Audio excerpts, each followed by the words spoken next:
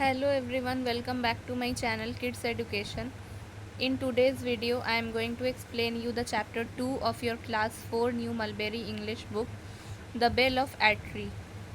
Video start करने से पहले मैं आप सबसे रिक्वेस्ट करना चाहती हूँ कि अगर आप मेरे चैनल पे पहले बार आए हैं तो प्लीज़ मेरे चैनल को सब्सक्राइब ज़रूर करिएगा और अगर आपको वीडियोस अच्छी लगती हैं तो वीडियो को लाइक भी ज़रूर करिएगा और शेयर भी ज़रूर करिएगा। सो लेट्स स्टार्ट द एक्सप्लेनेशन। तो ये जो चैप्टर है वो एक इटालियन फोक है, कोई इसके ख़ास ऑथर नहीं है। तो ये जो कहानी है वो इटली में मशहूर है और इसे आपके चैप्टर में सिलेबस में इंक्लूड किया गया है। This is a drawing of a famous bell called the Liberty Bell. यहाँ जो आपको पिक्चर दिख रही है वो एक फेमस बेल की है, उसका नाम है Liberty Bell. Liberty means freedom. This bell is over 250 years old, located in Pennsylvania, USA. This bell is a symbol of American independence. तो ये जो बेल है इसका नाम है लिबर्टी बेल और लिबर्टी वर्ड का मतलब होता है आज़ादी। ये बेल लगभग 250 साल पुरानी है। यूएसए, पेंसिल्वेनिया यूएसए में ये है और इस बेल का मतलब है ये बेल तब लगाया गया था जब अमेरिका जो है वो आज़ाद हुआ था। So let's start our chapter. Now let us read a story about another old bell, the bell in the town of Atri in Italy. तो आज हम इस चैप्टर में जिस बेल के बारे में पढ़ने वाले हैं वो कहाँ पर था। इटली में एक शहर है एटरी, वो वहाँ का बेल था। Long long ago in Italy there ruled a king named John. King John was well known for his goodness and wisdom. One day the king and his ministers came to a small town called Atri. बहुत समय पहले की बात है, Italy में एक राजा था John. King John जो है वो अपनी अच्छाई और अपनी समझदारी के लिए बहुत मशहूर था। एक दिन राजा और उसके सारे मंत्री एक छोटे से शहर में आते हैं, उसका नाम था एतरी। When King John reached the town square, he announced, "By my royal order, a great bell shall hang here. Whenever something wrong is done to a person, he or she shall ring the bell, and the town judge shall correct whatever wrong has been done." तो जब king John शहर के बीचों बीच पहुंचते हैं तो वो announce करते कि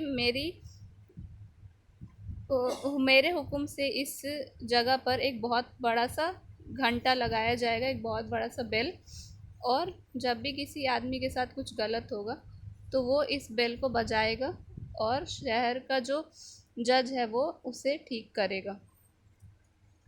So a great big bell was hung in the town square. The people of Atri rang the bell each time someone did something wrong to them. तो शहर के बीचों बीच एक बड़ा सा बेल लगाया जाता है और जो एटरी के लोग थे जब भी कोई उनके साथ कुछ गलत करता था वो उसे आकर बजाते थे। When somebody stole a farmer's sheep, the farmer rang the bell. When someone ate grandmother's special fruit pie without her permission, she rang the bell. जब भी कोई किसी फार्मर की भेड़ को चुरा लेता था तो वो फार्मर आकर उस बेल को बजाता था।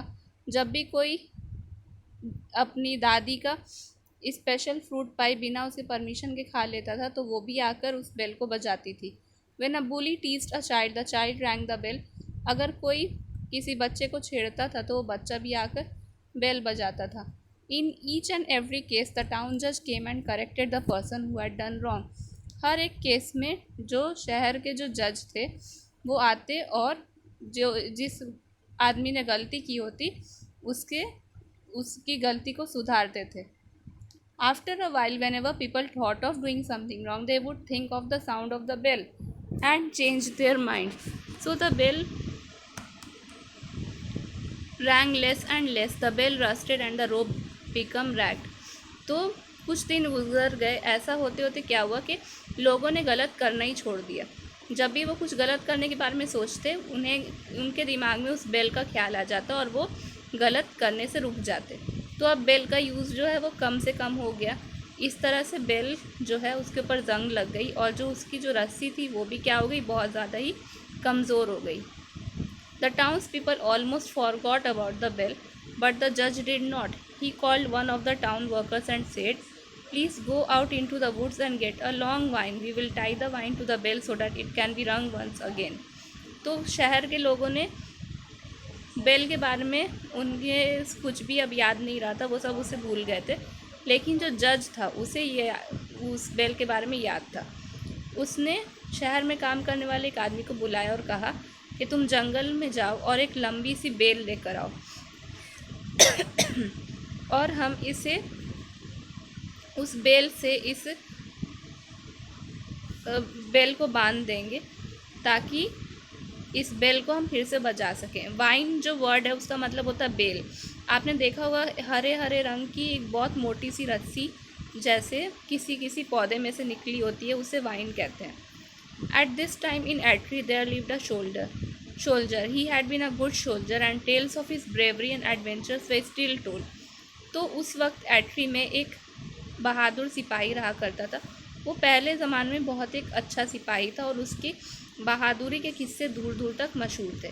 Yet as you know people just like bells grow rusty when they are not used. तो आपको तो पता ही कि अगर किसी इंसान को इस्तेमाल ना किया जाए, कोई इंसान अपना काम करना छोड़ दे, तो वो क्या हो जाता है, बहुत ज़्यादा ही लेज़ी हो जाता है। The soldier had grown lazy all day long he just sat and counted his piles of gold coins. तो वो जो सिपाही था वो भी बहुत ज़्यादा लेज़ी हो चुका था। पूरे दिन वो बैठकर बस अपने गोल्ड कॉइन्स को काउंट करता रहता था। The soldier had an old faithful horse. The soldier and his horse had shared many adventures but now the soldier did not take good care of the horse. उस सिपाही के पास एक पुराना वफादार घोड़ा था और उस सिपाही ने और घोड़े ने अपने पहले के टाइम में बहुत सारी चीज़ें एक साथ की थी, लेकिन अब उस सिपाही ने उस घोड़े का ख्याल रखना छोड़ दिया। The poor horse looked thin and sad. Y should I feed this old horse, the old soldier thought. तो वो सोचता है कि मैं इस पुराने से घोड़े को क्यों खाना खिलाऊं। I hardly ever ride him any more, so why should I have to feed him all the time. मैं तो इस पर कभी सवारी भी नहीं करता, तो मुझे इसे हर टाइम खाना क्यों खिलाना पड़ता है। One afternoon, while looking for something to eat, the sad old horse wandered him into the town of Atri, but food was hard to find. एक दोपहर को वो अपने लिए कुछ खाने के लिए ढूंढ रहा था। वो जो उदास बूढ़ा सा घोड़ा था वो पूरे शहर में खाना ढूंढ रहा था, लेकिन खाना उसे मिल नहीं रहा था। The dogs of the town barked at him. The people of the town had shut their doors and windows to keep the heat out. तो शहर के जो कुत्ते थे वो उसके ऊपर भौंक रहे थे। लोगों ने भी अपने सारे दरवाजे और खिड़की बंद कर लिया था क्योंकि उस दिन गर्मी भी बहुत थी। Then the hungry horse spotted the green vine that hung from the bell. The horse hurried to the bell. तो वो जो भूखा घोड़ा था वो उसे की नज़र पड़ती है उस बेल्ट से बंधे हुए उस ग्रीन वाइन से, और वो दौड़ते हुए बेल के पास पहुंचता है। Now horses do not know about such thing as the ringing of bells and the correcting of wrongs, but they do know that a juicy green vine can fill an empty stomach. अब घोड़ों को तो ये बातें नहीं पता कि उस बेल को बजाने से क्या होता है। उस बेल को तभी बजाया जाता है जब कोई किसी के साथ कुछ गलत करता है, लेकिन उससे क्या पता था कि उसे खाकर उसका पेट भर सकता था। The hungry old horse grabbed the vine that was tied to the bell. The vine had been tied to the end of the bell's old rag rope rather tightly, and the horse could not pull it loose. तो उस भूखे घोड़े ने उसे अपने मुंह के अंदर दबा लिया और वो उसे टानने लगा, लेकिन वो उससे बहुत ज़्यादा मजबूती से बंधा हुआ था तो वो उसे टान नहीं पा रहा था। The horse pulled and the bell rang and rang. जैसे जैसे वो उसे खींच रहा था उस बेल में से घंटी बजती जा रही थी। The bell rang so loudly and for so long that all the people of Atri awoke from their summer naps. तो जो बेल है वो इतने तेज़ी से और इतने देर के लिए बज रहा था कि सारे एट्री के लोग जो है वो अपने नींद से जाग गए। They came out into the streets wondering why the bell was being rung. They found the poor hungry horse munching on the vine. The जज knew that the horse belong to the soldier and he called him. तो वो लोग सब रास्ते पे निकल आते हैं, उन्हें ये समझ नहीं आता कि इस बेल को आज क्यों बजाया जा रहा है। तो वो फिर देखते हैं कि एक बेचारा पूरा बूढ़ा सा और भूखा एक घोड़ा उस वाइन को चबा रहा है। तो उस जज को पता होता है कि वो जो घोड़ा है वो उस सिपाही का है, तो उसे ही बुलाता है। The soldier came to the town square. Shame on you for not looking after your faithful horse, said the judge. I order you to take care of him.